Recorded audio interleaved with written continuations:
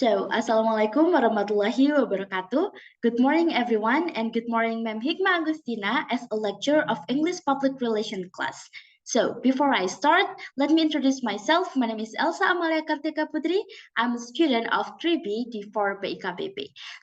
Today, I will explain and also describe about the Tylenol murder study case. The first one here that I will explain to you guys is 5W and 1H. The first one we have what? The deaths were caused by potassium cyanide poisoning after consuming extra strength Tylenol capsules. The capsules had been tampered with and cyanide was inserted into the bottles. And the next one is about who. The victim of the Tylenol murders were 7 individuals in the Chicago area. They ranged in age from 12 to 35 years old and included both men and women. But the suspect is unknown and never apprehended.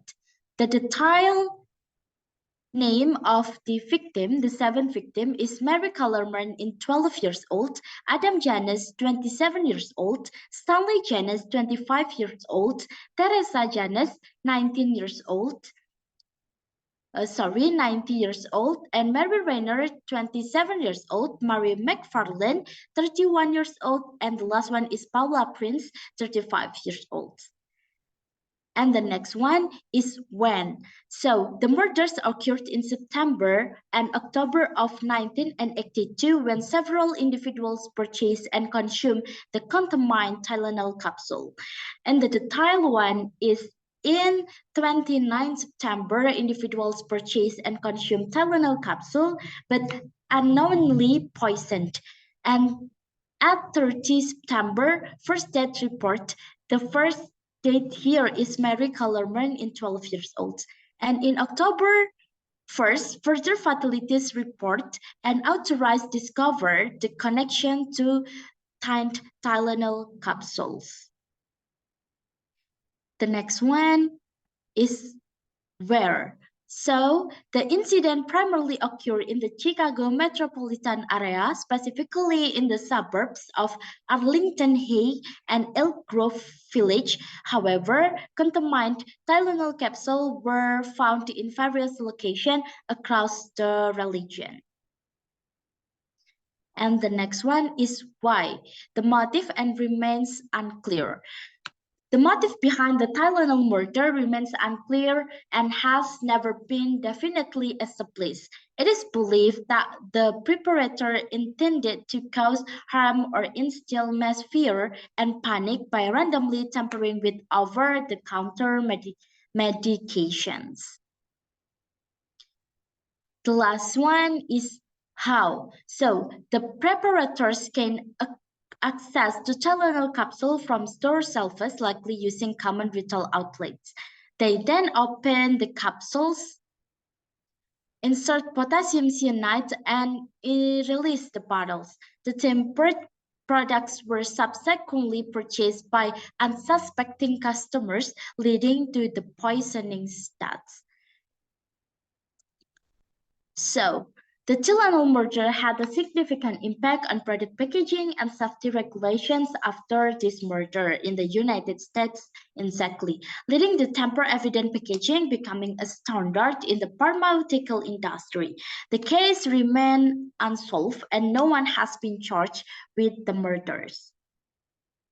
And despite extensive investigation by law enforcement, the case remains unsolved and no one has been officially charged or confident in connection with the Tylenol murder.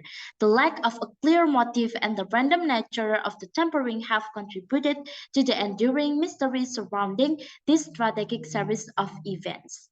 Based on the Tylenol murder case study, here is the question and answer study case.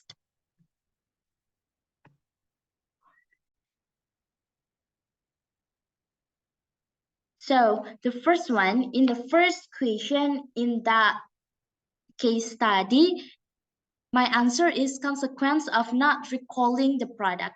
If Johnson and Johnson had decided not to recall the product and instead tried to sort out the initial reports of Tylenol-related deaths, and consequences could have been several. The first is loss of public trust. Consumer would likely have lost confidence in Tylenol and the Johnson and Johnson brands, leading to a significant decline in sales and market shares. The second one is increased liability and lawsuits. By ignoring or downplaying the report, Johnson and Johnson could have faced substantial legal consequences and lawsuits from affected individuals and also families. The third one is reputation damage. The company's reputation for safety and responsibility would have been tarnished, affecting not just Tylenol but potentially all products under the Johnson and Johnson's umbrella. For the second question, my answer is other public relation options. So Johnson & Johnson had several other public relation options in response to the Tylenol murder. For the first one is enhanced communication. They could have communicated openly and transparently with the public, providing regular updates and safety assurance. The second one is target messaging, implementing targeted media campaigns to reassure consumers about the safety measures being taken. The third one is collaborating with authorities, working closely with law enforcement and health officials to investigate and address the issue promptly. And the last one is about offering refunds or exchange, providing avenues for consumers to return products for refund or replacement, demonstrating commitment to consumer and the safetyness. And here is my answer for the third question. So I conclude this question is about decision to reintroduce extra strength Tylenol. So Johnson's and Johnson's decision to reintroduce extra strength Tylenol after the initial recall is subjective and can be debated. Some might argue it was a wise decision as it demonstrated confidence in the product safety after implementing enhanced tamper-proof packaging. Others might argue it was premature, considering the lingering fears and unresolved nature of the case study. So, the fourth answer is about response to the second round of murders in 1986. In the light of the response of other companies not moving precipitously during crisis, the decision of Johnson & Johnson to act quickly when the second round of Tylenol murders occurred in 1986 can be seen as a proactive measures. So the first one is about demonstrating lessons learned. The swift action showcased Johnson & Johnson's commitment to consumer safety and learning from past mistakes. The second one is mitigating risks. By acting quickly, they potentially minimize the impact on public trust and prevent further harm. The last but not least is upholding reputation. Proactive measures help preserve a company's reputation as a responsible and responsive corporations. And the fifth answer is about lesson from Johnson & Johnson's handling of public relations. The first one is about swift and decisive action. Johnson & Johnson's immediate recall of the Tylenol demonstrated the importance of taking quick and decisive action during a crisis to protect consumer safety. The next one is about transparency and openness. The company's transparent communication with the public, media, and authorities emphasize the importance of honesty and openness in crisis management. The next is about putting consumer safety first. By prioritizing consumer safety over financial concerns, Johnson & Johnson reinforced the value of ethical responsibility in corporate decision making. The next is about building trust and credibility. The company's effort to rebuild trust through radiations, packaging, and extensive public outreach underscores the significance of rebuilding credibility after a crisis.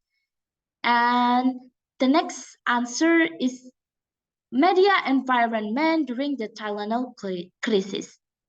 The first one is about the media environment during the Tylenol crisis in 1982, which different from today's digital and social media landscape. So the results might have differed if the crisis occurred today due to the rapid dissemination of information through social media platform, potentially amplifying both positive and negative narrative. And the last one is Johnson & Johnson response might need to incorporate strategies to navigate real-time public feedback, manage online misinformation, and engage directly with consumers through the digital channels. So the last one answer is Johnson & Johnson communication through the Tylenol website. The Tylenol website in www.tylenol.com offers several sections like care cards, house calls, and facts that demonstrate Johnson & Johnson concern for customers.